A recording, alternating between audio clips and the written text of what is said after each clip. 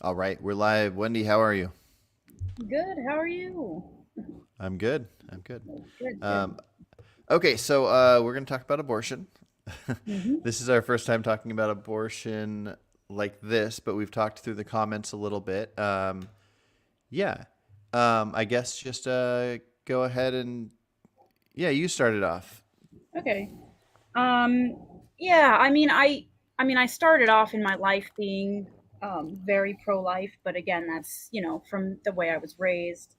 But once I disconnected from that, I actually didn't know what I thought of abortion for a while because you get raised and you just have this really for me it was just like this very deep thought of what I had about it, and then I left the church, and then I just didn't know, so I had to look into it. Hmm. But and for a while I was very on the fence, because it is a complicated issue, it definitely is. But once I heard the bodily autonomy argument, it kind of fell in line for me because I did have my own reservations about, like, oh, sentience, like where does the sentience begin? Well, like, is there a time we should cut it off at, or that sort of thing, which I mean is still, it's still a factor, like Hmm. a time to cut it off at is still a factor. But I think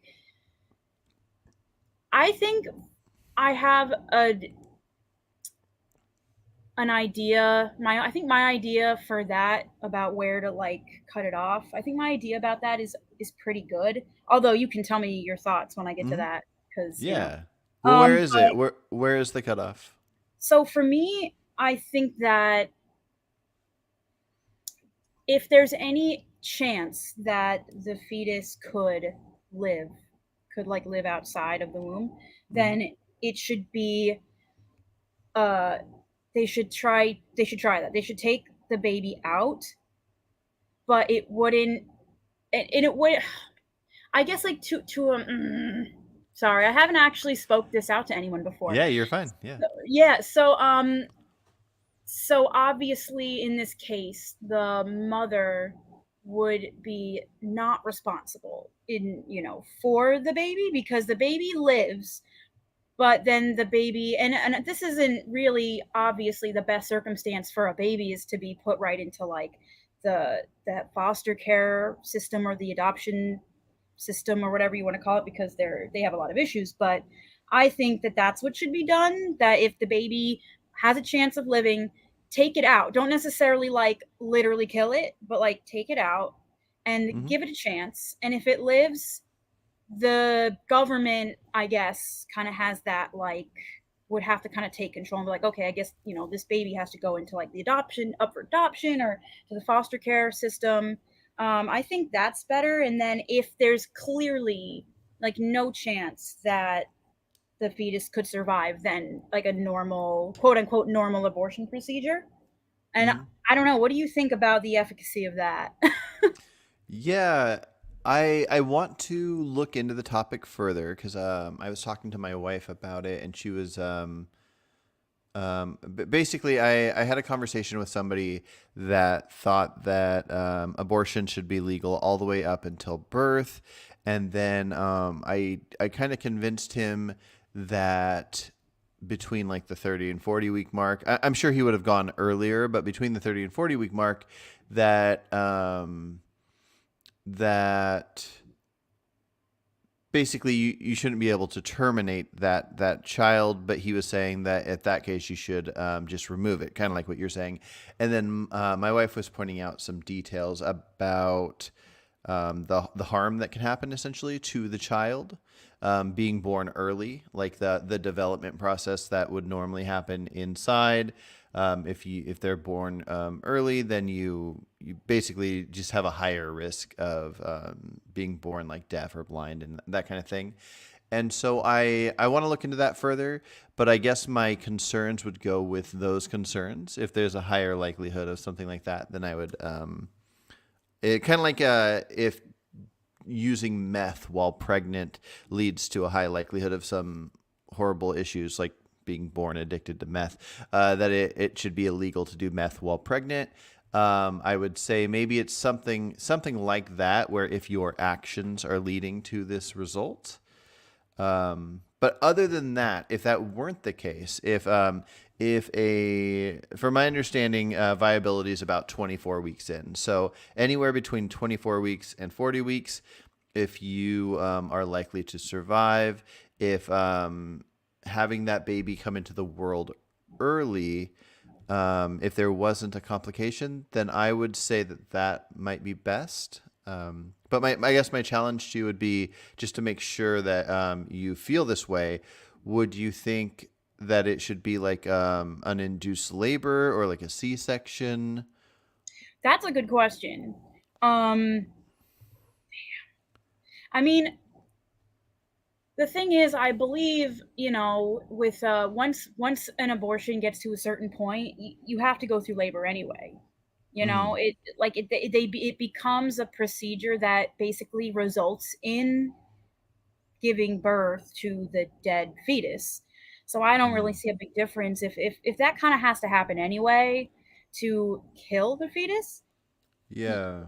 I mean, then what's really the difference? So I would probably say induced labor, or a C-section if the because like Just give the obviously there's option. yeah an option because there are risks and benefits to both. I've heard there are more risks and just it can be worse off to get a C-section, but I still think that should be a choice. I don't Yeah. see why it couldn't be. But yeah, but I do generally think that that ability, like that right to choose that, should go all the way up till birth. I still would argue that it's probably an extremely rare case that any female or woman would do that.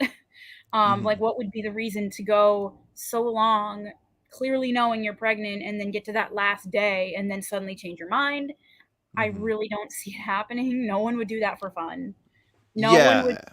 do that just to do it, you know? Yeah, I think the abortion topic is more of a what should be acceptable, not like what is likely to happen. Because yeah, I definitely agree. Like the majority of abortions are before like 10 weeks, and Mm. but it's still interesting to see like what is like I know people that think even if the baby is born but the umbilical cord's still attached, that you should be able to terminate the baby even if it's Oh, breathing and that's crying.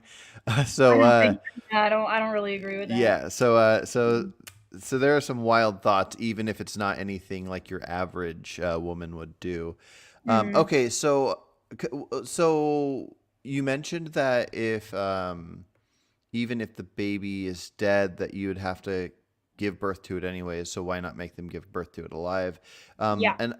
I'm not sure exactly when that is because I know in the third trimester abortions, that's when they do like the limb removals and they like pull out Right. like legs at two legs, two arms, and so on. Yeah, yeah, And yeah. so there must be something to that. So, like somebody that decides they don't want to give birth, they do not want to have their stomach cut open for a C-section. So, do you think as soon as the baby or the fetus is viable, that all of a sudden, now that we have another person, that the women lose their rights to be able to terminate and then have the baby like dismembered and pulled out? I think so, but again, like the point of viability is blurry. I like you said, if they're, let's say at 24 weeks, there's I don't know, it's 80% chance of like really severe complications, the baby not making it or whatever. Mm-hmm. Um well, then maybe we wouldn't cut it there. Maybe it would be like when there's a 50% chance or something, Okay. in general. Maybe like, okay, 50% chance that the baby will survive and live a decently healthy life. Like there are plenty of people who have mild complications from birth and they're still living fulfilling lives. So I Yeah. wouldn't necessarily be like, well, if this one particular thing could happen to the baby, then we shouldn't give it a chance at all, because that's literally a whole nother issue with when it comes to like disability and stuff of like, well, Mm-hmm. when do you get to say that someone's so disabled, quote unquote, in whatever way they are, that they wouldn't want to live or that they wouldn't have a quality of life. Yeah, So yeah, definitely.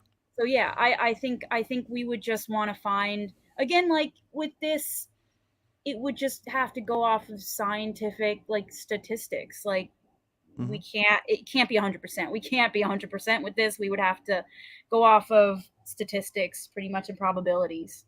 Gotcha, gotcha.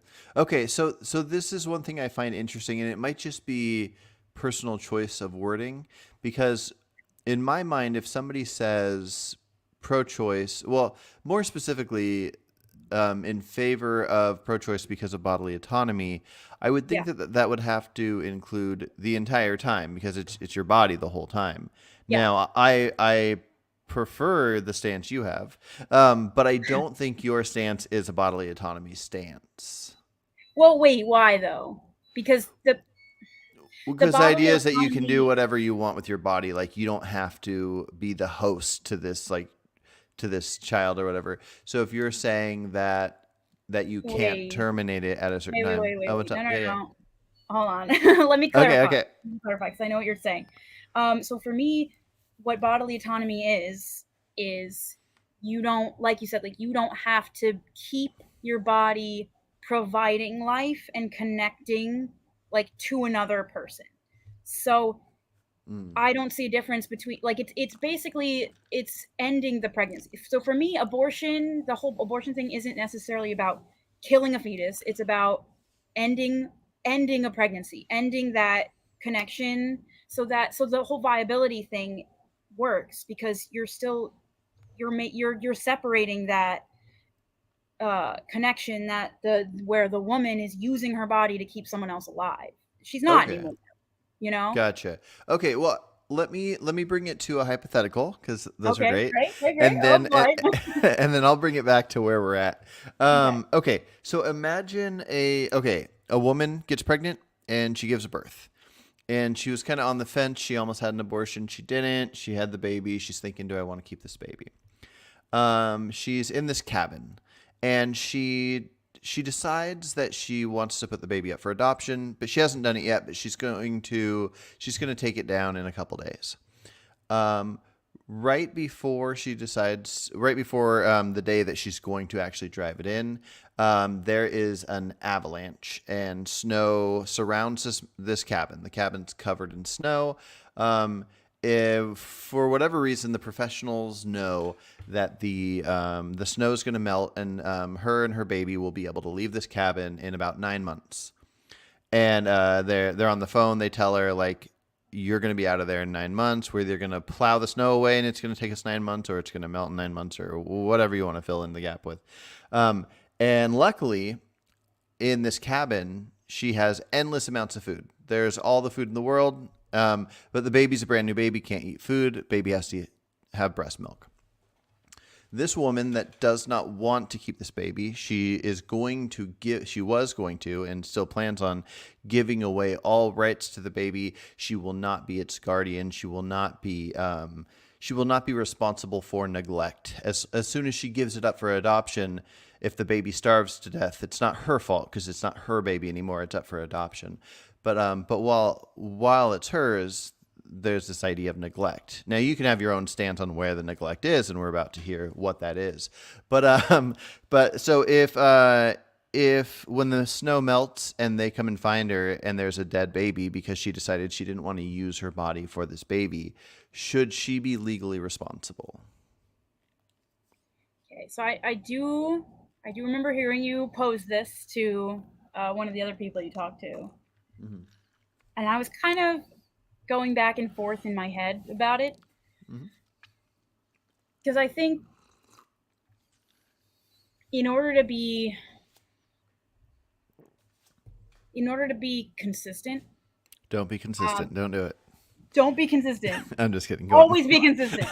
In order in order to be consistent, I would have to say that she shouldn't be legally required to use her own body to, like, I understand that there's a difference between, like, okay, so for example, you wouldn't expect someone, let's say there was some scenario, and I won't dish it out, but let's say there's some scenario where you're with someone, and in order to keep them alive, you would have to cut off. your fingers and feed them your fingers. And this is the only way Yeesh. they're going to survive, right? Okay. Yeah. Where this is such kind of like a bit of a blurred slippery slope, because Hmm. it's like on the one hand it's like, oh, breastfeeding isn't that bad, like, oh, you could do that, but on the same time, like, where do you end that? Where do you end where you have to use your body, part of your body, to a certain extent? Where do you stop that? um Hmm. because again, no one would say that you have to, sorry, like, if this person needs to eat some of your flesh to live for the next month or whatever, you got to cut off your fingers and toes, or you got to cut off one arm or something. Like, you would never allow that. Yeah. So while it emotionally seems reasonable to say no, that woman has to use her body to keep the baby alive, I think to be legally slash like logically consistent when it comes to legality, I would say no. She shouldn't legally have to keep that baby alive with her breast milk. If for some reason she found formula, and I know you said there wasn't, but let's just say she Hmm. found something the baby could eat, I think she would be obligated to give the baby that, but not necessarily to use her body to keep the baby alive. Hmm. I want to clarify, I think it would be ethically better for her to make the sacrifice do that. I think that's more moral. Like, I think it's more good. But I Yeah. don't necessarily think I would want to impose that legally, because where do you end that? Interesting. Okay. First of all, great point with the finger thing. We should not have to cut off our fingers to feed babies. I agree. I didn't. That's really good. But as much as I am in preference of as little government as possible, I do think we should enforce the breastfeeding in this situation. Um, but okay, so you said if there's formula, she should have to give the formula. So in a sense, she has to do things with her body that she might not want to do. She might not care about the baby and want to do anything other than sit and read a book, but she has to open the So formula, scoop the so we formula. so I think there should be a division between doing something and literally using a part of yourself. I think there Okay. has to be a division there, because I agree. Like, if I were to go with, go farther and say, oh, because of bodily autonomy, she doesn't even have to give it formula, then I would logically have to be like, then we can't have any laws of against neglect. But Hmm. we do, and I think we should. And I really, really want to stress that I think that dividing line can pretty much strictly be put at that line of doing something with your body is different than using parts of your body to Interesting. sustain someone. I think that could be a good enough point to divide it at. Um, Okay. yeah. Interesting. I was going to say, like, if you have to hold a baby to feed it milk, then the baby's like on your body. But so it's complicated. Okay, so what if somehow in some magical world that I'm not going to describe, the milk just fell out of her into a bowl, and now the milk's there because it came from her body? Can she choose to not give it to it, or is it just the idea that the she shouldn't have to let another human, this baby, put its mouth on her body? Yeah, I would say in this hypothetical, I would say that is where the dividing line comes in. Once it's left the It's no body. it's no longer the baby using her body, not really, because it's not attached to her, it's not inside her anymore. And Hmm. again, these are very extreme examples, but I think it all kind of can still fall on that line. Interesting, because yeah, I think the main difference between the breast milk and like the finger thing is like we if a lot of it comes down to what's reasonable, but obviously something True. the word reasonable doesn't fit in legally. I mean, I guess it sort of does, but it's better to have official rules of like this is our cutoffs. But Right. it's I wouldn't think it would be reasonable to like remove any like body parts that like are like one can decide like I want my own body part. But milk, Um, it depends on if you have any need for it, I guess. I mean, who knows? This is the first time I've discussed this element, so maybe I'll realize I'm wrong as discussing it. But like, so the milk is there for the baby. It's like her body created it for the baby. She has no use for it, especially because we know that in this hypothetical there's endless amounts of her favorite foods and the best foods for her. So it's just like an extra thing that she's just refusing to give, but then it What might, yeah. No, I was just gonna say, what if, and I know it's not like some kind of life-threatening, excruciating pain, but Mm, breastfeeding includes pain. So should you be mm, able to force someone to go through pain like that for another person as well as it using mm. your body? I think I don't know. I don't know if that element should really be included, but it's just something I thought of. Yeah. Well, yeah. Well, as I was thinking about it, because I think the finger example is really good, I was starting to imagine like what things can we deem are necessary? Like if babies ate human hair and breast milk, would we say that she should be obligated to cut all her hair off because she doesn't need her hair where she needs her fingers? Um, and so yeah, Well, it is kind of a need is mess. interesting. The word Hmm. need, we could go into the word need because what do you Yeah. mean by need? I mean, need your Hmm. fingers. There are people who don't have fingers and they live.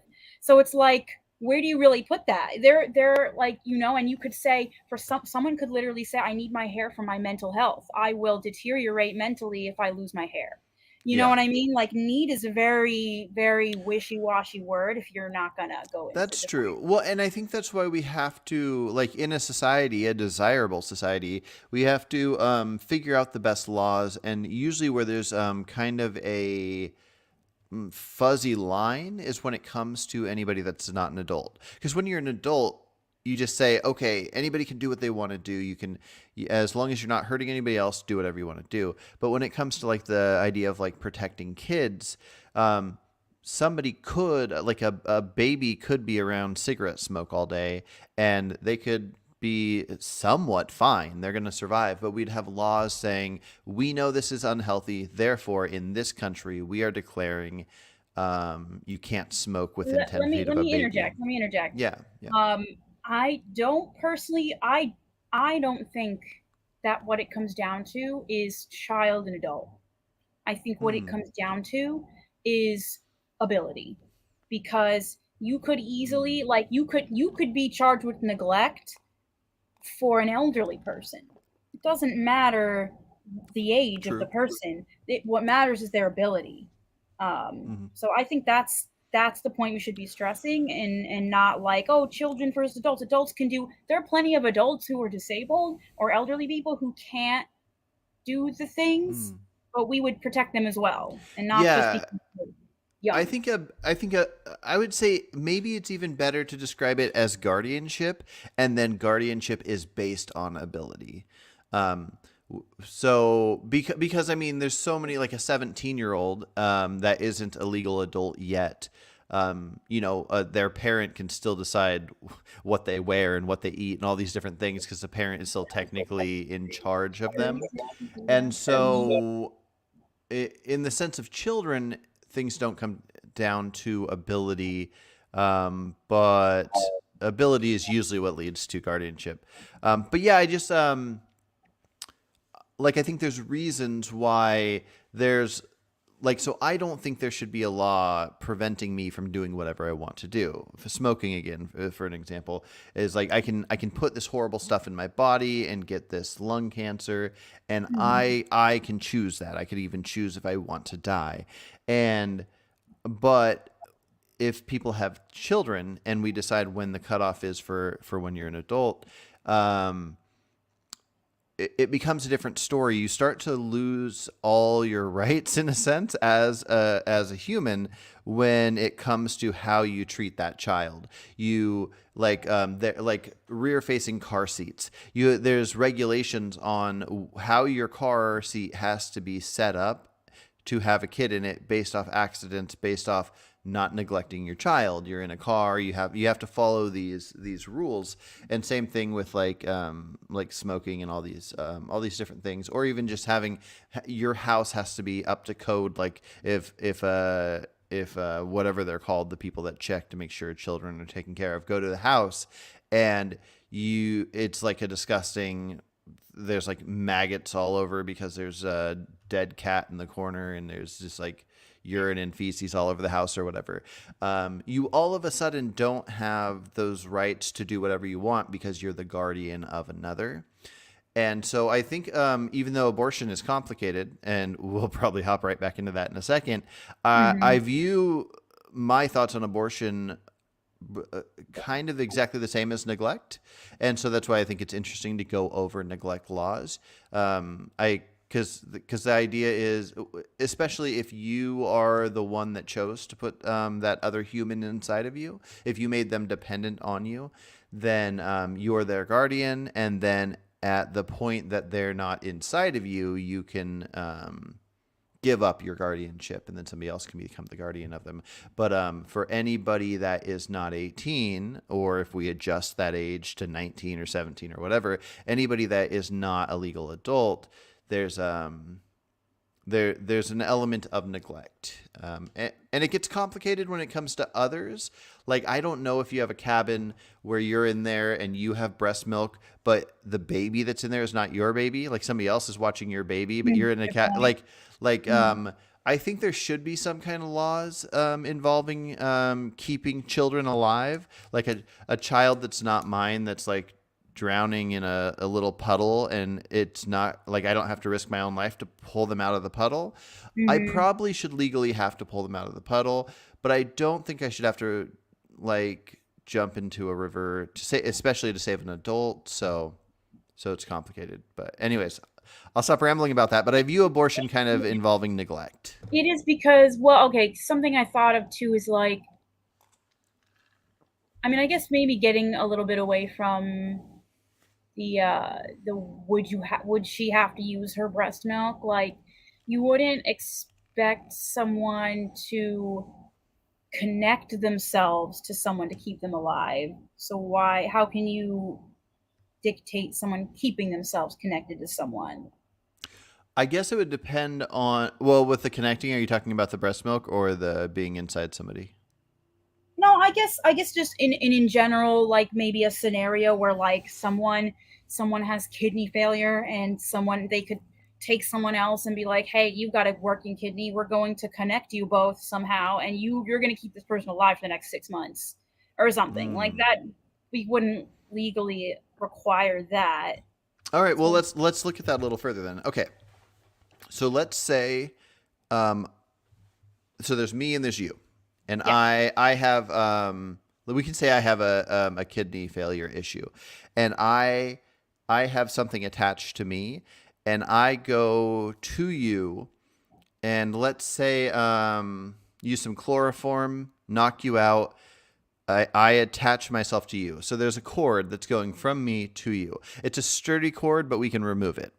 Um, and uh, and now that we're attached, and I did this to you.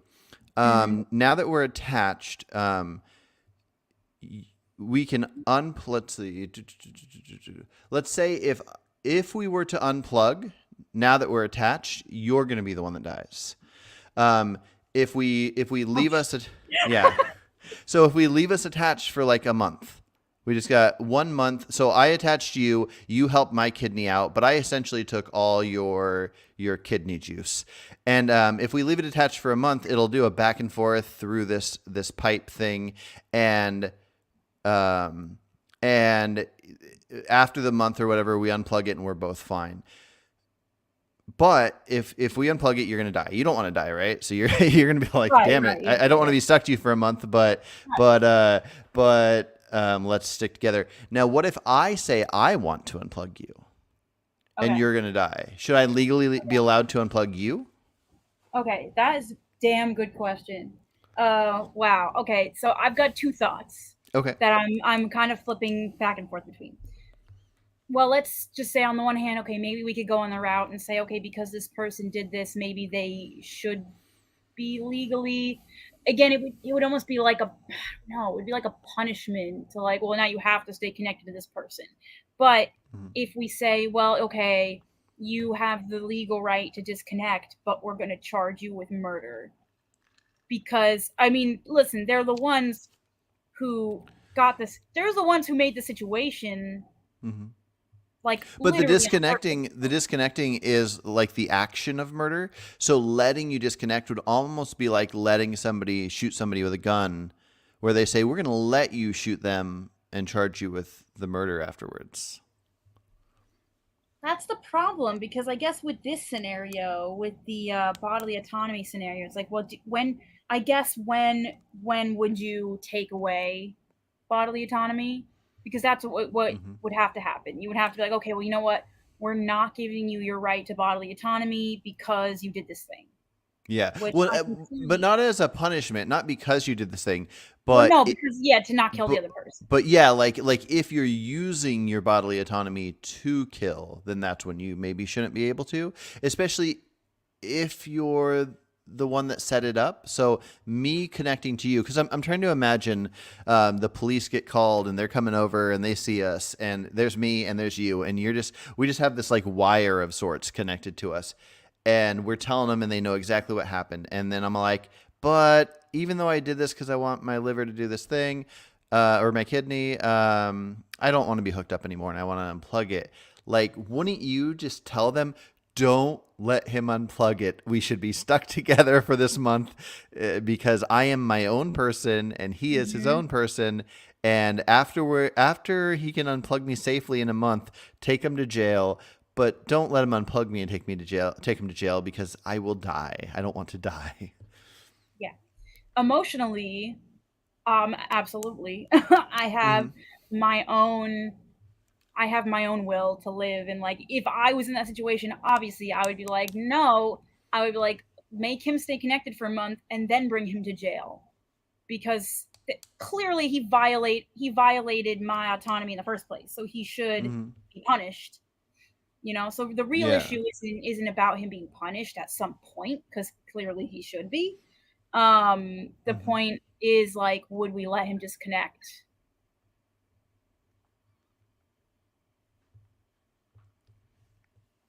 I don't know.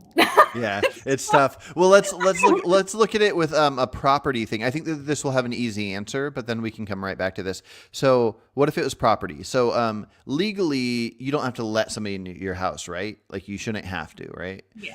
So, if somebody knocked on the door and said, "I want to be in your house," and then you could say, "No, you can't be." And then, so same thing would happen if you had your own private plane, right? You had a jet or a helicopter or something. You'd say like, I don't have to let them in here. This is mine. I own this. I own it just as much as I own myself.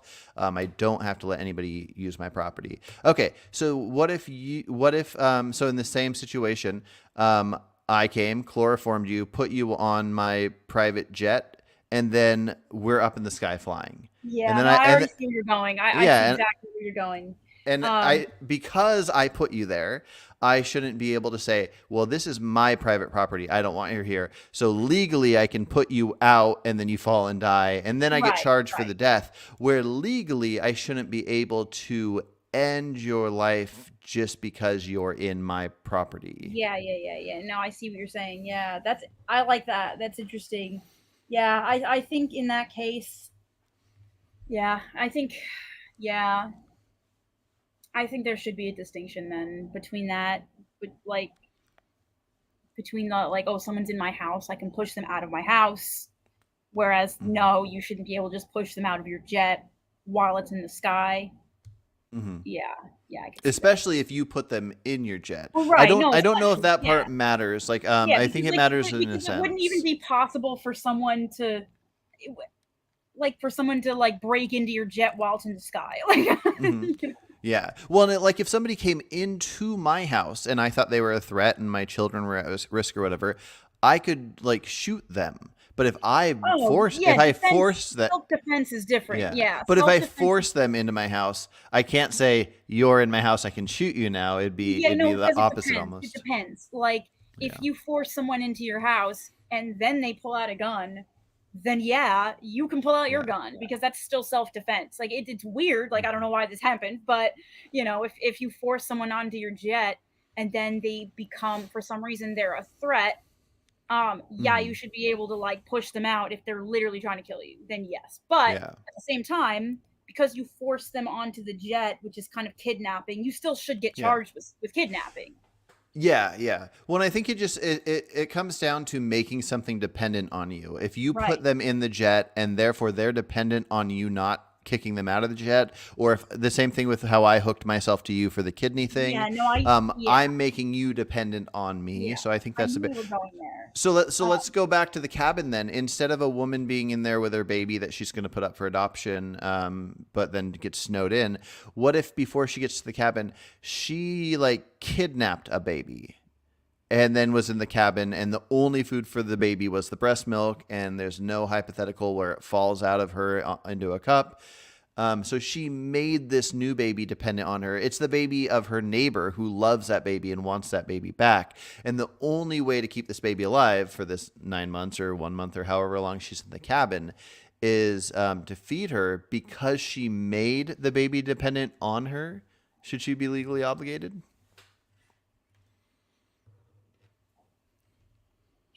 Okay, but if we're following complete logical consistency, just no emotion, no like real morality involved or like ethics, I would say. If the no ethics involved, just logic, cold logic, I would say no. She should not have to use her body to keep the baby alive. She should still be charged with kidnapping and probably subsequent manslaughter.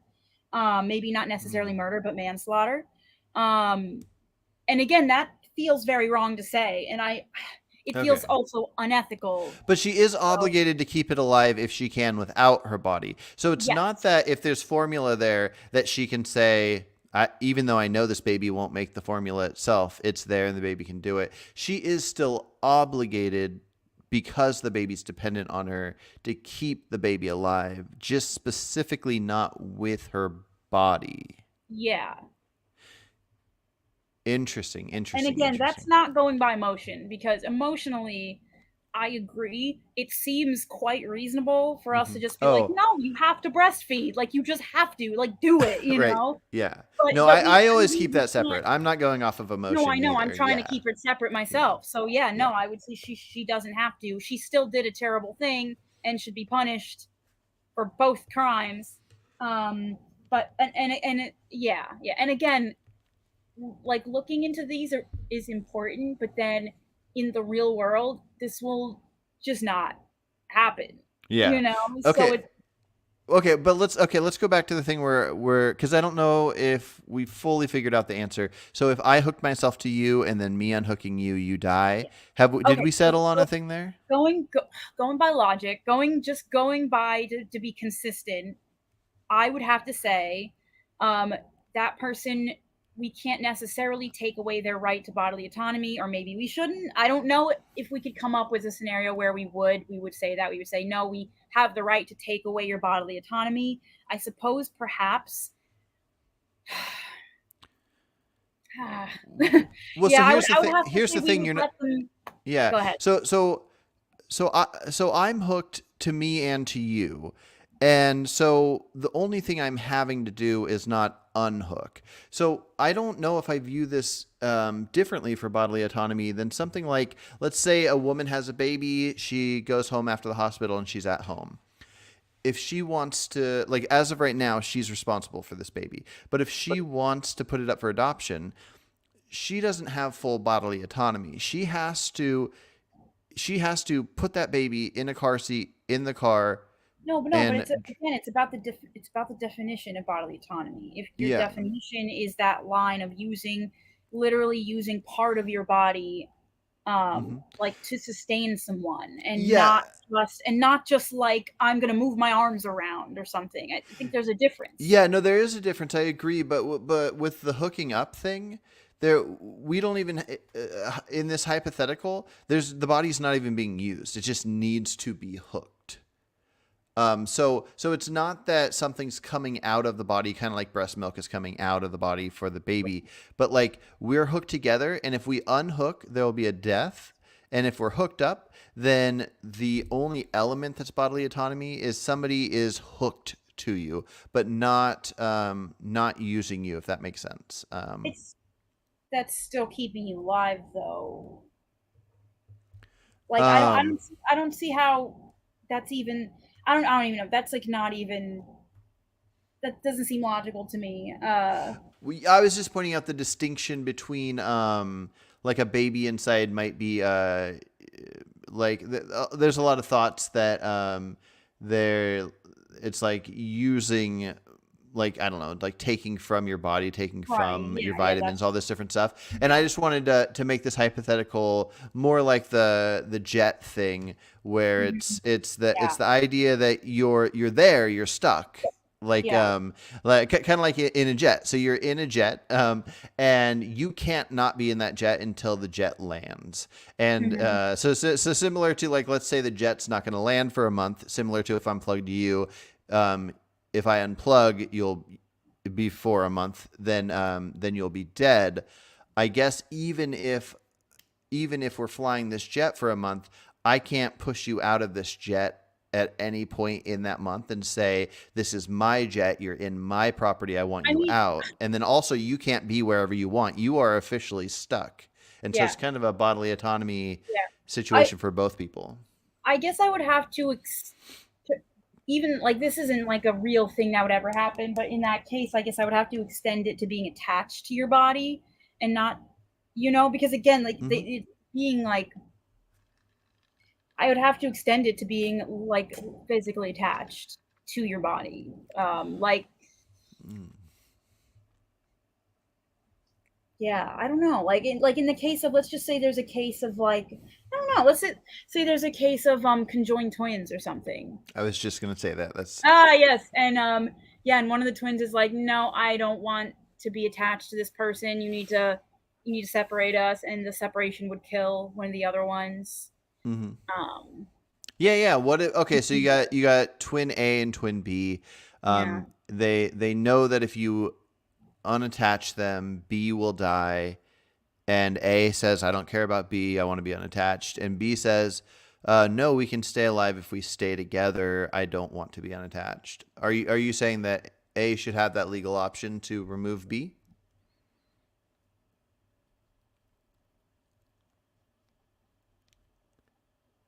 And I don't know This either. one's No, Yeah. I know this one's crazy because this one's actually possible. Yeah. This one's actually like a Well, possible real life scenario. and it's a lot easier to answer, I think. Cuz I lean towards, like, probably you should be able to kill B and separate them. Um because this one has nothing to do with somebody making somebody dependent on somebody else. They just Yeah, happen to be. Because yeah, I they were. really think I think the making somebody dependent is a We factor. definitely need to talk about that because I Yeah. think that especially is I feel like that should not be a factor. Interesting. Okay, Okay. so I don't think it should be a legal factor. Maybe maybe ethically, but Hmm. I don't think it's possible for it to be a legal factor. And I don't think it's possible. We could talk about that. Yeah, yeah, yeah. Well, I think the dependency. I'm trying to imagine. You could bring it down to anything. So if I hook you up, and you being hooked up to me, um, I made you dependent on me. It'd be not much different than if I came up to you with like, let's say I had a grenade with the pin pulled, and as soon as I let go of the lever that makes it go off, like, me being near you, I'm making you dependent on me to not let go of that. And so I don't think the action is just, did I kill you? It's, should I be able to kill you if you aren't dead yet, and it can be prevented because of making one Okay, dependent on okay, them. so the issue, I guess what we have to define is what constitutes making the fetus dependent in the first place. Hmm. And how in the world would we legally define that? Yeah. Give me yours Yeah. first. Yeah. Well, and we can go over this, but the complicated thing is, that you're saying even with adults that already exist, that the dependency doesn't matter. Like in my mind, if I hook you up to me and me unplugging you, I like you would die. I think no way in hell should that be legal for me to do that, because that action would be What the we would killing Okay, one. so we would have to clearly define where legally we can remove someone's bodily autonomy. Yeah. Yeah, there's a lot of great places where you can remove bodily autonomy. Well, Like but what? most of them are the things that we were describing, how it's different from using a body versus making somebody use their body in a certain way. True. Yeah. So yeah, like you can make somebody have to drive their baby down to the adoption center, or at least you make them have to call on the phone to have somebody come pick the Mhm. baby up. Um, Yeah, I mean, I would agree that that could, in a definition of bodily autonomy, that could be violating someone's, or taking away their bodily autonomy. But like mhm. if we're defining it the way that I'd like to define it in terms for abortion, like Yeah. if we stick with that, because, and we could even Yeah. call it, we could call it something else, but Yeah, I'm trying to figure out the difference between, okay, so if somebody bends down to pick up a baby, they're using their arms or picking up the baby, versus somebody like breastfeeding a baby. I'm just trying to figure out the difference here. What action is different? Somebody is having to use their body. They can refer to it as wear and tear. You only have so many times you can bend over and pick something up. You probably have a few billion times you can do that in your life. But yeah, like at what point is there a difference between letting a baby drink milk from you and having to pick something up? Because you can't go any decent amount of time without picking a baby up, or like neglect will involve something. Yeah, something like you have to bathe it. You can't, if a baby goes like a whole year without being bathed or whatever. yeah. And then yeah, so I guess when I think of bodily autonomy, I just think of somebody having control over their body. They can, in a sense, there's somebody can't do something to your body, but then in another sense, you can do whatever you want with your body. So like I can go like this, I can tap my hands together, um, but like as soon as your head is in between this space, then I can't, because my hands would be touching yours. So I think the bodily autonomy rights stop when your bodily actions are harming another, um, and yeah, and as far as using the body, I think that would only come down to elements of neglect. So usually the bodily things you can't do is you can't use your body to hurt somebody else.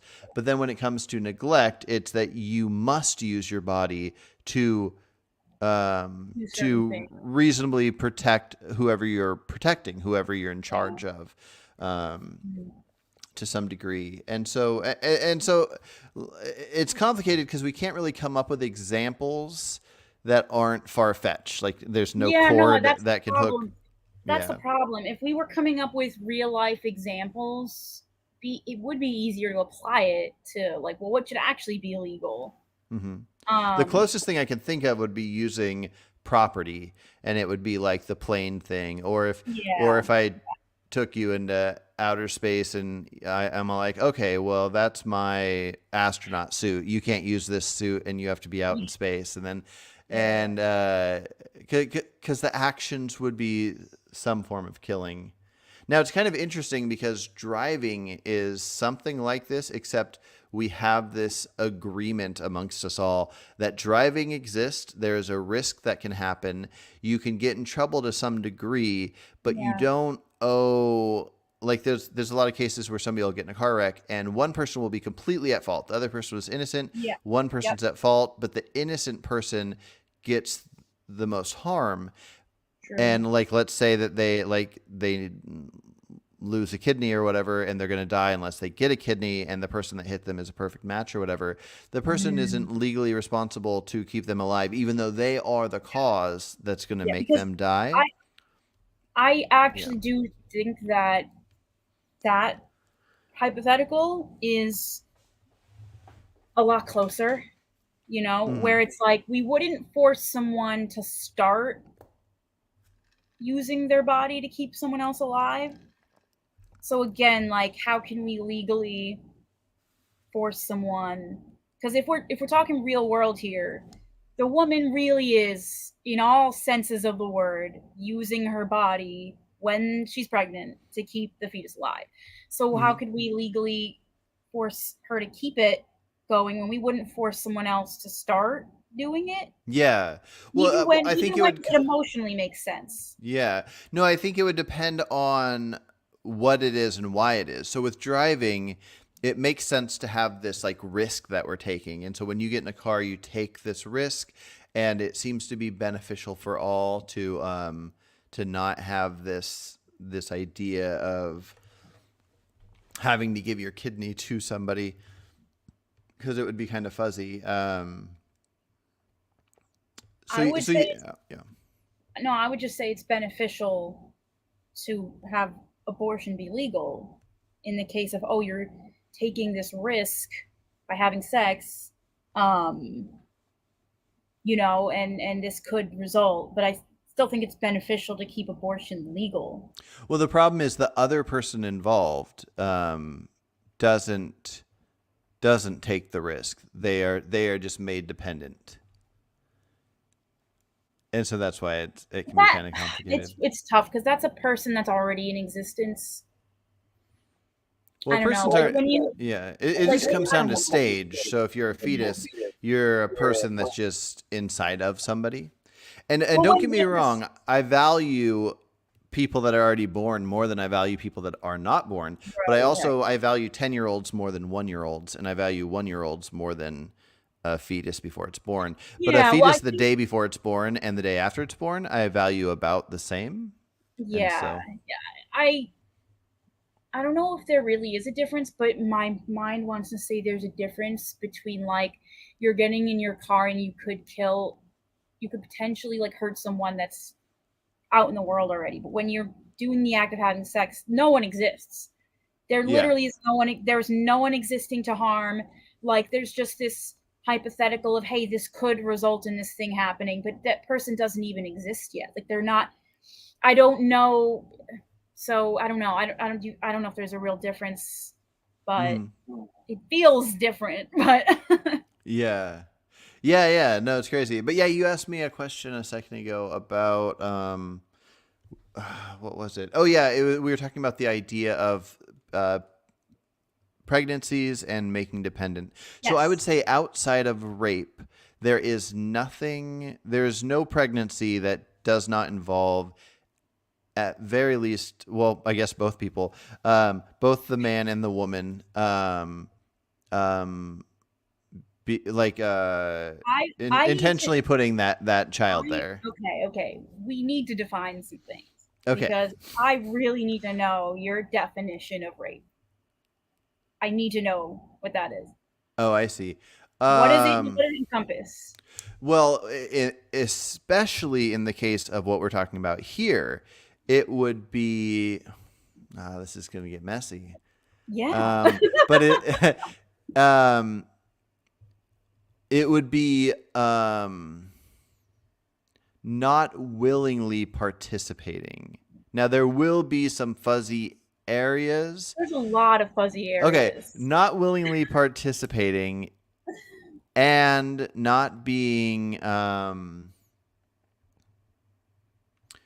This area for me is so gray. The gray area is mhm. so big. There is literally no way ever Okay. we could legally define, you didn't have you are in a situation that's good enough to say that you know that you didn't make the fetus dependent, but you're Yeah. not. Okay, I let's can't. well let's go over it. This could be interesting if you want to. This because this is it's such a strange approach to the abortion conversation, anyways, that we've branched off to all these different things, and I think it's great. I like figuring Yeah. these things out. We just have to know that we're getting into dicey territory, No, we and are. But let me. and hopefully I you're want to just give you. before we go in, I just want to make sure that you're not going to be offended by any thoughts I might have. No, But we'll I probably agree on a honestly, lot. But honestly, we probably will. But if you were mhm. to say something that I think is like wrong, I would literally just assume that you might be kind of ignorant about something. I wouldn't Gotcha. Okay. like assume I think that that's you're. how I think that's how everybody should approach all Yeah, conversations. So that's good. yeah. Okay. So I say the willing thing, and I know some cases where I disagree. But yeah. So let's say show me cases where you would say that a person that is technically willing, it should also be considered rape. I'm not so okay. So I'm not necessarily saying it should be called rape because that is a little bit more specific.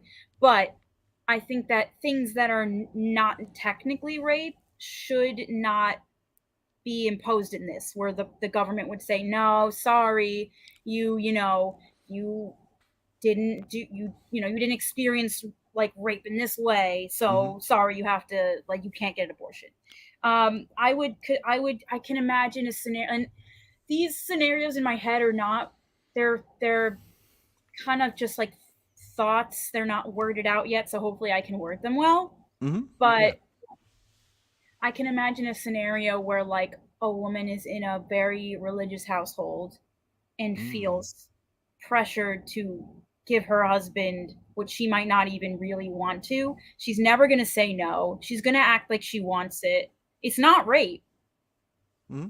Okay, but she feels pressured to do this thing that she feels obligated to do because of the religion or because of pressure from family. But let's say she gets pregnant, but then they end up divorcing. Who knows? Hmm. Whatever. They end up separating, they end up divorcing. She never felt like she really was into wanting to even have the sex in the first place, or maybe or like get pregnant and stuff like that. What would you say about that, like pressure and like feeling forced into obligation? I would say any emotional pressure, like the ones that you just described, I would not accept that as a reason to. I would, yeah, I would not call that rape. Or I wouldn't even call it a thing where I would say that the person made their own choice. I would feel bad for them. What if they felt, but because see, that's the thing, like if there are scenarios where like if you don't comply with your religion, you Hmm. will lose your family. They might cut you off. Like, is Yeah. that not a factor where like you have such an emotional burden where like Mm. you might lose your entire family if you don't go through this? You might even already have kids and you It's might a lose your kids. it's a factor for why I think somebody should get out of toxic relationships. They should get away from these family and get But they don't divorced or always get whatever. out in time. Oh, It could take a true. long time to get out. I Yeah, no, and life is full of things that are bummers, but I would not include that. things that are plumbers. Jesus. Things that are bummers. Yeah, no, I just, for example, okay, the first one that pops into my head that I would accept somebody that is willing but sort of isn't would be if somebody forced them at gunpoint. If they just had a gun and pointed at their head and said, "If you do not just accept this and go along with this, I will kill you," Okay, well, then I would call that rape. I know. yeah, no, no, no, I would. That's what I'm saying. That's what I'm saying. Yeah, yeah. That I'm saying that the main thing I'm calling rape is somebody that is unwilling, just somebody acting upon somebody that is unwilling, and then the cases where they are willing, the few cases where they are willing that I would also factor in as calling that rape would be something to do with a legitimate death threat, and then I don't know how far I would extend that to a legitimate physical violent threat. Like you could say, if you don't just let me do this, I'm going to punch you as hard as I can right in the face 10 times. I would think that that would also fit into the same category as the threat with a gun. But if somebody says, if you don't let me do this, I will slap you once, I don't know if I would start like if there's a line of physical threat that starts Yeah. to be cut off. There's also some kind of a line probably where if somebody is showing enough physical violence that you might go along with it without being told to. You might feel that much fear that if the person's like roughing you up so bad that you just say the best What's bet the for me right. difference? What's Yeah. the difference between that fear and the fear of like losing your family because you're not Mm. participating in the marriage the way you're supposed to? Well, I think the fear that matters is the fear of death or violence, of physical force, the fear of like a threat to one's life, not to one's like livelihood, not a threat to like your type of work you do or your religion or your like emotional threat. If you have a fear, like if somebody, I've heard of cases where people will call something like maybe like a spousal rape if somebody just knows that if they don't like treat their spouse that they don't really like perfectly well, then their family will be uprooted and all this kind of stuff. Um, and I would say that each of these things that will lead to a future you don't like, but it's not one that physically harming you or your loved ones. I wouldn't factor that in. I would factor it into something kind of gross, like just pressuring somebody in general. Like if Yeah, somebody I just mean, said like, I want to have sex and the person says no, and you just go, no, please come on, do it, do it, do it. And you like wear them down for like an hour of just like, they just give up and do it. I feel like it's shitty. It's horrible that it happened. you could be coerced and worn down over the course of weeks or months. I feel Hmm. like that's like it's like a like emotional abuse. Like it's I don't know. I can't Hmm. I because the other thing here's the thing, like if we say perhaps okay, it has to be this kind of definition of rape or whatever. So how are we going to get the government to legally enforce this uh well, where Mm. like we're not going to be forcing like because Yeah. again, the whole rape thing, let's just say actual rape is Mhm. so difficult to Yeah. actually prove. For the sake of argument, I think we'd have to go with what if we could just magically know? What if me and you were the rulers of this world and everybody just knew like there's no way around it. Every angle of everything on Earth is filmed, and we could just magically know all the things. Mhm. Because obviously somebody could just go have sex intentionally, get pregnant, and then go to the abortion clinic and say I was raped. Right, So realistically, it would be hard. realistically then, just quickly, what would your legal stance be on that then? Like what should be legal or not legal when it comes to that sort of like rape, or someone saying, "Oh no, I was coerced into it," or who knows? Hmm. As of right now, I have not been convinced that abortion should happen at all. But also due to I'm very conflicted on it. I think there are big concerns. So even though I think it's a big issue, I care about it and I want to keep analyzing it. As of right now, I don't think they should happen at all, in a sense, morally or illegally. But also, if it was legal, say 6 weeks, 8 weeks, whatever, that people can have an abortion. This would include people that were raped.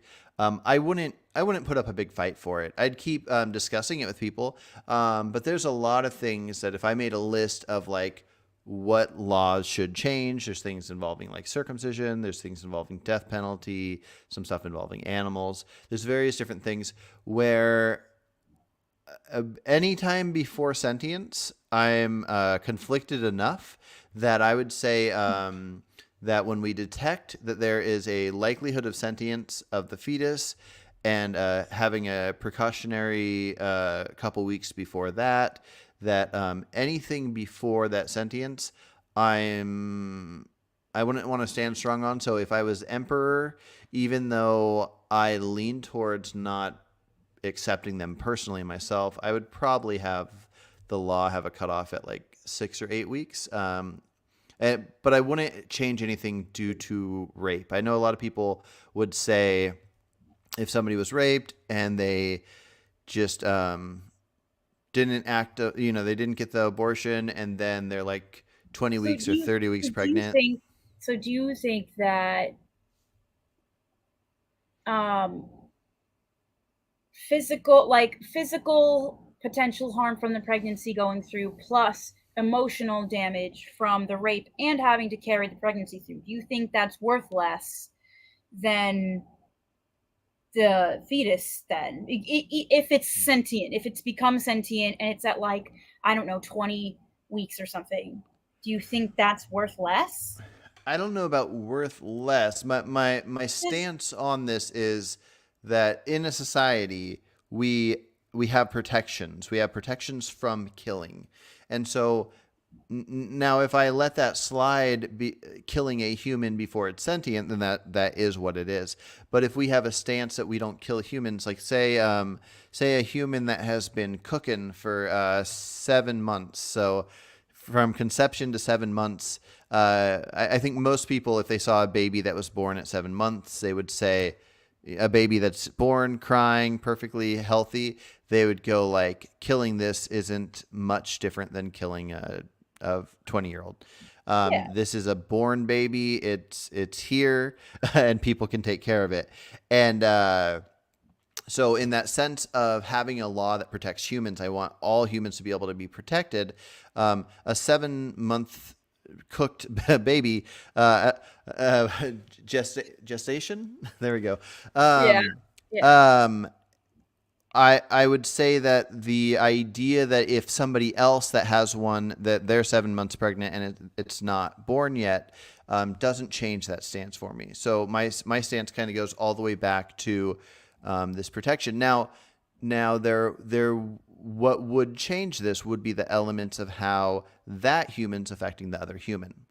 Now, the reason it's super complicated is because usually when you have laws about a human affecting another human, it's born humans making a choice, not a human that was didn't decide where to be put.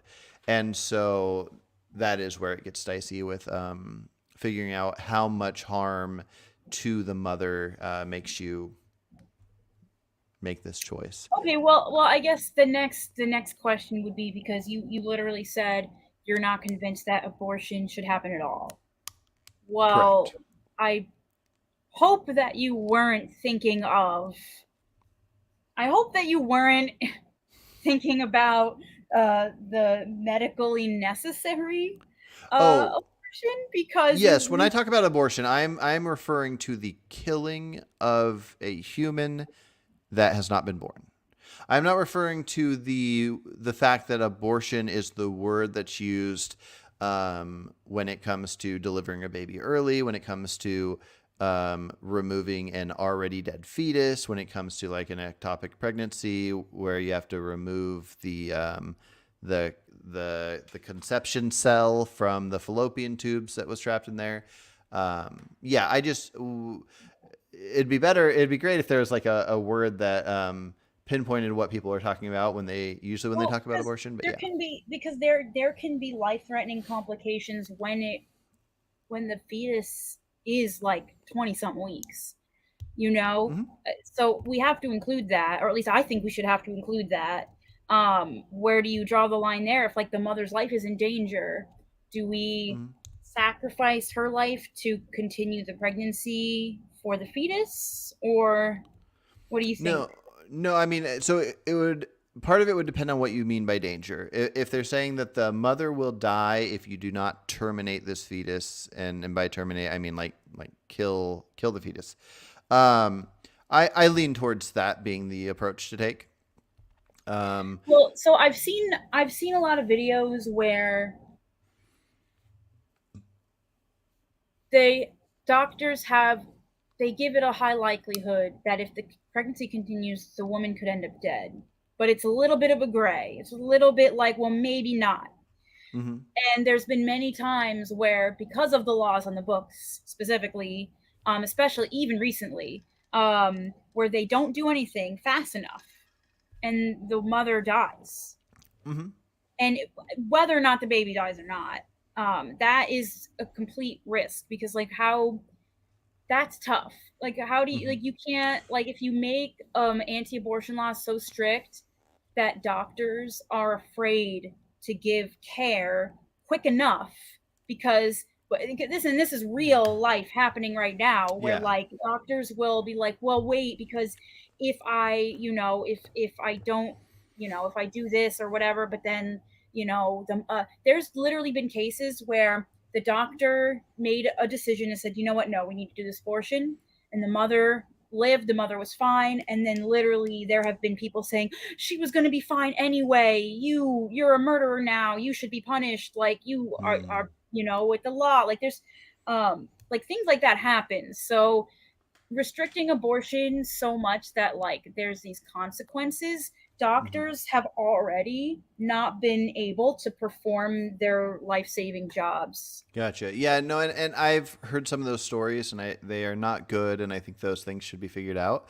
But to answer this question, or at least to go over this topic about the saving aborting the child to save the mother, I want to ask you. I just lost it. Okay, yeah. If a firefighter was going into a burning building, do you think? What do you? No, never mind. Scratch that. Okay. There's a car wreck. Okay. It doesn't matter who's at fault or whatever. But two people from this car wreck get brought into the hospital, and they have enough staff to start working on one, and then they'll work on the other person. Now, let's say one of these people is covered in swastika tattoos. We can just assume they're not a good person, and then the other person, let's say they're not covered. They're covered in I don't know, stars and flower tattoos. Um, the person with the swastika tattoos, let's say that they're like they have pretty bad issues, like they're close to dying, Yeah. and the other person has some stuff. They need some stitches. They're we could even call it like pretty pretty bad, but nowhere near as bad. Do you think that there should be a policy in place that doctors just like focus on whoever's in the most danger, and we ignore stuff like swastika tattoos? Yeah. Yeah, I would say we focus on, yeah, I would say they should treat whoever is in the most mortal danger first. If they Okay. have to choose one. If they have to choose one, they can't like work on both of them. Yeah. Then yeah, the one who's in most mortal danger first. Okay. And then like Because so. also we don't know if those swastika tattoos are from 35 years ago and they've changed their ways. Ooh, fair enough. Yeah. Okay. So let's say that there's a fire and a firefighter is going to go in. Do you think there should be any policy on like who they save first? Should it be the first person they see? What if there's somebody 5 feet in front of them and then somebody else 10 feet in front of them? Does it matter if there's different ages? Well, I haven't really thought it out too much, but do you think that it should just be first come first serve? You just grab somebody, take them out. Grab somebody, take them out. I believe, I mean, obviously in this case, it's a little bit of a judgment call, because if there's someone who's like closer but is not quite as an imminent threat of the fire reaching them, Okay. but there's another person who's literally like on fire right now, uh, go for the person on fire like right now. Do Right, right, not right. ask, Okay, what if it's a woman that you know what? Let's call it a man. What if it's a man? Okay. So you got a man that's like 25, and his legs don't work, and his wheelchair is further away in the fire, and so he can't get up. I guess we'll have to say his arms don't work because he's not crawling anywhere. So Yeah. he's a 25-year-old man that He's can't leave. quadriplegic. Yeah, he can't leave where he's at. And then there is a. I don't want to make him a quadriplegic because that will affect things emotionally. But let's say Oh, that his legs don't work, but for whatever reason, he's where he's at. Okay. Okay. And then the same distance away from the door that the firefighters are going to come in is a preemie, a baby that was born like 7 months into the pregnancy, and they're just in a crib. This baby can't walk either. No leg, no arm use. Babies don't do much. They're kind of just blobs and nothing. But anyways, so it's there. It's crying. It's perfectly alive, and it's a super cute baby. Has to be cute. Okay. Firefighter comes in. Is there a preference that you save here? And then if there is a preference, what happens if we shift them and have them further away from each other, like further away from the door? I would say that in general, like, I don't necessarily think I could imagine like firefighters going through like classes where they Mm-hmm. have like books and you're like, okay, if there's specifically a quadriplegic and he's there, but then there's Mm-hmm. like, I think they would have general rules where it's like, okay, you get the first person that you get to out. Because I think that's how it really Okay. works. I think they go in and the first person they come across, even if they see someone further away, they're getting that person out because they came across that person. And Mm-hmm. I do think that's the way it should be. Okay. Okay. I So what really, about? unless the Mhm. person, unless they come across someone who's literally dead already. But Yeah, yeah. Well, okay. So what about you? What if you saw there? You saw okay. You saw this 25-year-old man in a river, and he's like struggling. And then you saw this preemie baby in the river struggling, and mhm, somehow you magically know that they are both equally likely to drown. yeah. So it's not like you're picking one because you think the other one has a better chance to save themselves. Um, and you could save either. Do you have a preference? Would it be based on whoever's closest to you? Well, if I'm ignoring certain factors like um the fact that I'm not a strong person and I feel like I would have more chance of rescuing the baby just because of the weight. I literally don't know if I could rescue a man. Let's say we know that you can. Okay, it's not a man Okay. anymore. It's not a Okay. man anymore. It's a woman. Okay. All right. Um, Well, I could rescue both of them. I guess, and I don't know either of them. I'm correct. assuming. You don't know. Okay. Yeah. Okay. I just have to get that out of the way. Okay. Oh my God. To be honest, emotionally, I would save the adult. Because Hmm. they have experiences and they have a sense of not wanting to die. Like Yeah. they've developed that brain capacity. Whereas, and again, this is obviously an option of having to choose one of them. And this is Um, yeah, it's an emotional thing and too. What if it and was the a what about baby is legally? legally. What if it I was a don't. police I officer don't. that was going to jump in to save one? I don't think that there should be. I think the law should say you have to save one. Whoever's closest, yeah.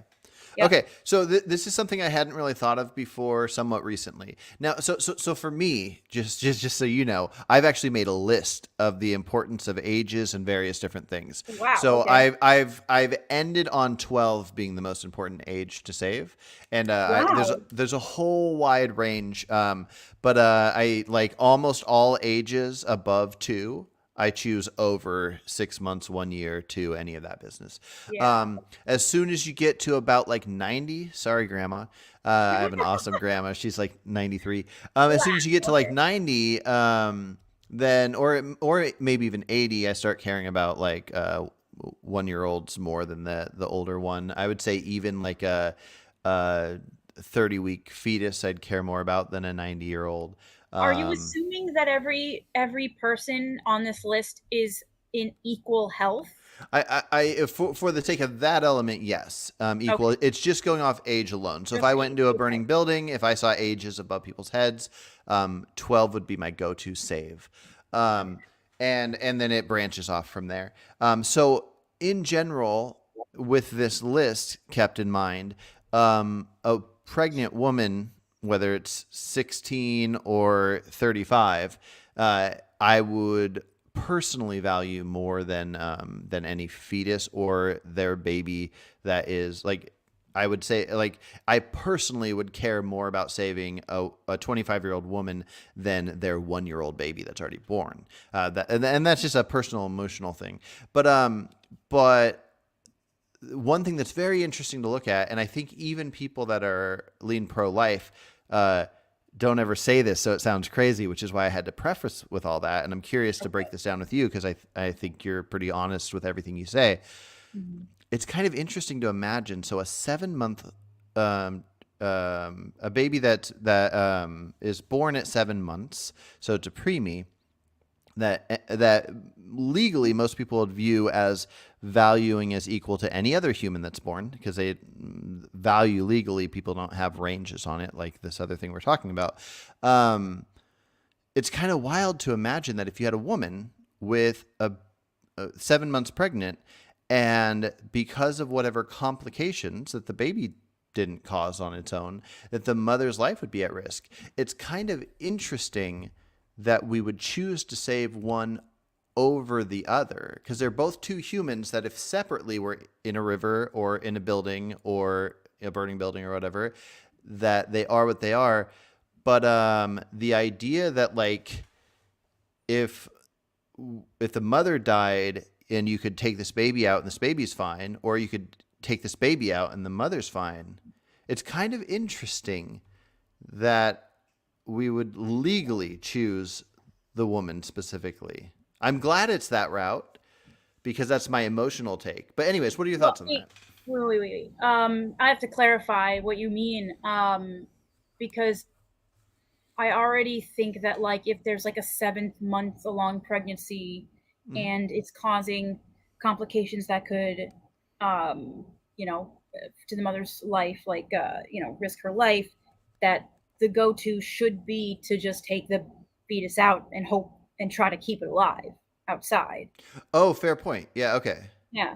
So like Yeah. we wouldn't necessarily be like, okay, stab the baby, it would be like, well, no, try to keep it alive, but What if you couldn't?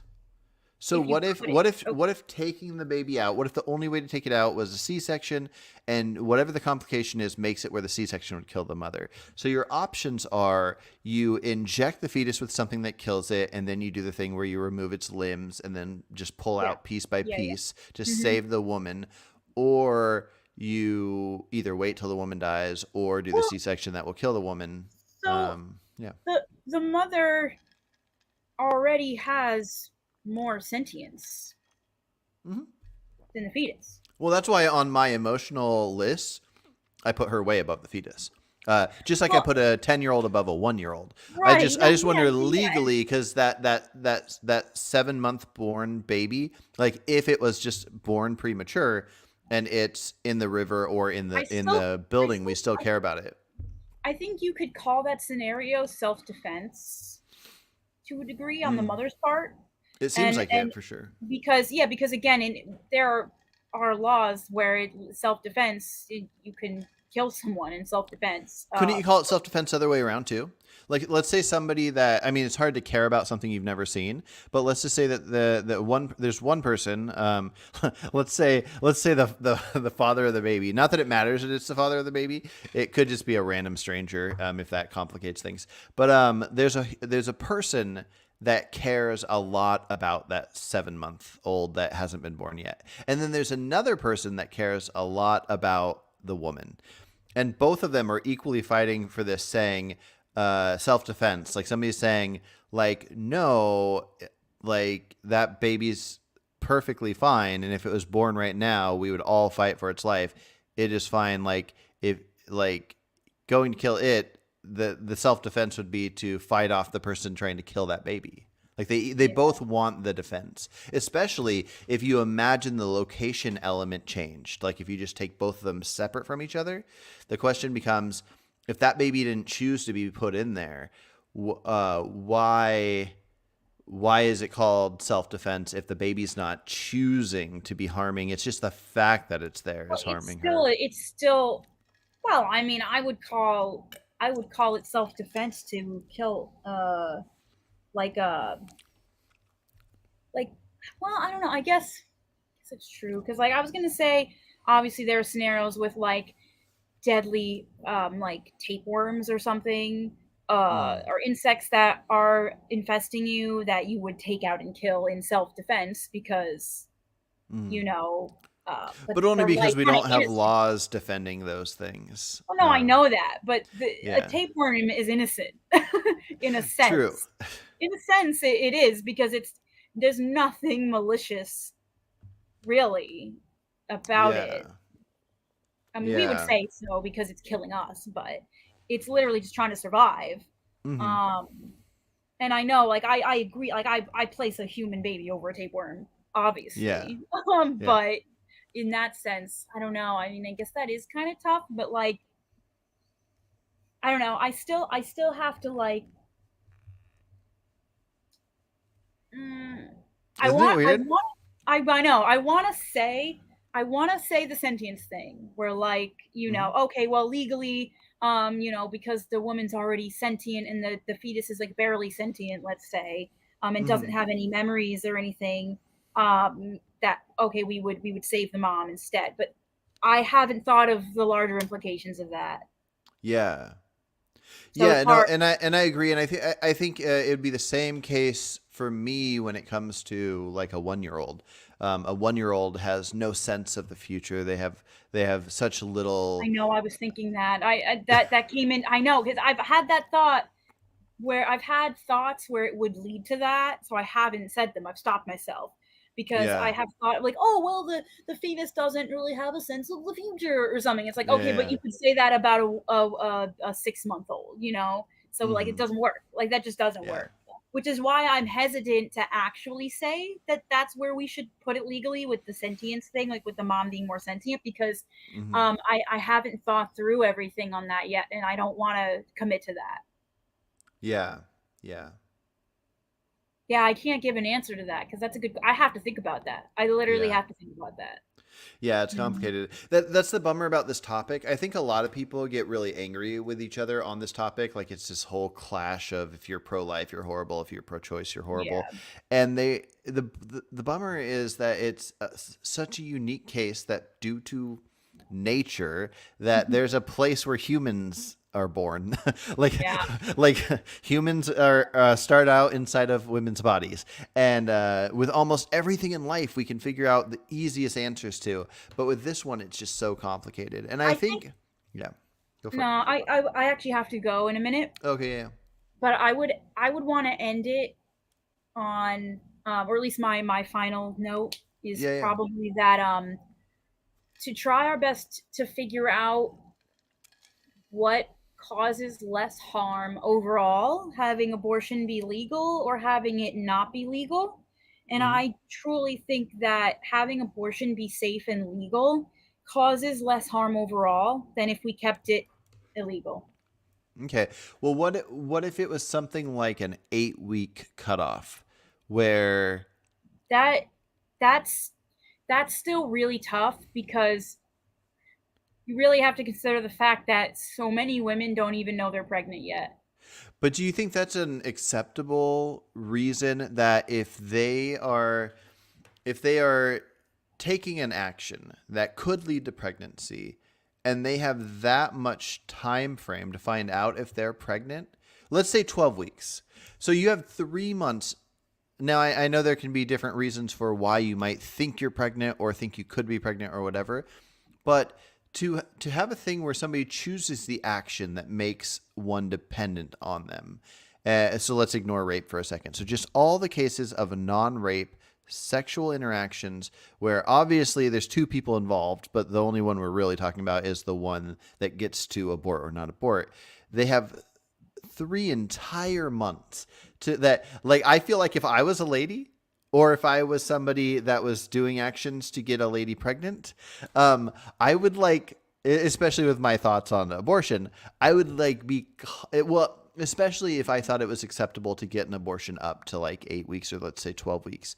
Um, I would just be constantly making sure I wasn't pregnant if I was a lady, and I don't think you could be pregnant for 3 months with no pregnancy tests working, like with them all constantly failing. And even if that did was a 1 in 10 billion chance, then it's like, all right, that 1 in 10 billion, that lady's stuck with a baby.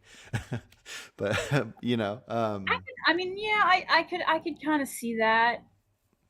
I still think I would have to know more about the risk of harm after like 12 weeks, because mhm. again, a cutoff, I can't, I definitely can't commit to some kind of arbitrary cutoff. Yeah, I Would would it have would it be to, a knowledge of harm, or would it be like it like would be a probability of risk of, I guess, of like what what could what could happen that would okay. cause it would cause a significant amount of harm to where it would make more sense to keep it legal.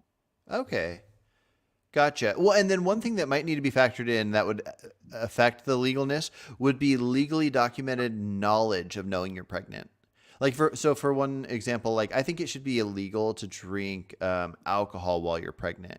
But the only way to detect that would be if there was a date that somebody drank alcohol, and a date marked when that person was told by their doctor they were pregnant.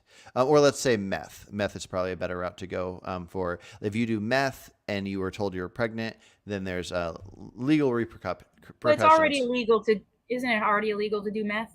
It's more illegal. Like each illegal thing would have its own name, and doing meth would be its own illegal thing. But doing meth while pregnant would be something that would be you affecting that child. So you're making a when the baby's born, it will be like addicted to meth. It's actually kind of sad. They have to give babies meth in small doses to wean them off of it. Depressing stuff. But anyways, I let's skip that. But just a last thought. I think maybe the official, like if somebody is told they're pregnant, and like so it's marked in somebody's chart that their doctor took their test and told them they were pregnant. Maybe the cutoff should be connected to something to do with when they knew. If they knew they were pregnant and held on for a while, and then at 20 weeks, let's Oh, say I they, see. yeah, like let's say the doctor told them they were pregnant at 10 weeks, but then at 20 weeks, so like 2.5 months later, Yeah, like they you have decide, 10 weeks to make up your mind, I guess. yeah, yeah. That's But interesting. anyways, I yeah. could see that being, again, aside from, because I still think that like if there's a medical complication where the mother's life is at risk, that's a different story. But if like nothing goes wrong at all, and like you find out you're pregnant, so like you find out you're pregnant at like 6 weeks or something, and then they say, okay, now that you have another 6 weeks to make a decision on whether you want to carry or not. Maybe I could see that being, I could, other than the argument from bodily autonomy where you have the right to change your mind, because that's a little bit of a thing, Hmm. which we didn't really go into. We didn't really go into like the, oh, but can you change your mind? Can you Yeah. withdraw consent? Like if you give consent to be pregnant, can you withdraw it partway through? That's a sticky Mm. situation we didn't really go into. Yeah. Um, Yeah, yeah. Well, cool. Let's have a follow up where we yes, go you over the should, details. because I yeah, think because I that, want to talk about the alcohol drinking mhm. while pregnant, because I actually don't know my opinion on that. I have to think Okay. about it. Yeah, and Yeah. let's look it up and send each other links. But I like the Mhm. idea because I think the only thing that will change my mind on this topic will be understanding the risks involved with Right. pregnancy. I think that'll have a big effect on it because that's my biggest concern Yeah. is harm. If a woman didn't get any harm whatsoever, if every woman just was pregnant, there's a baby, there is no issues, no stretch marks, no tearing while giving birth, no nothing, and the baby just slid right out magically.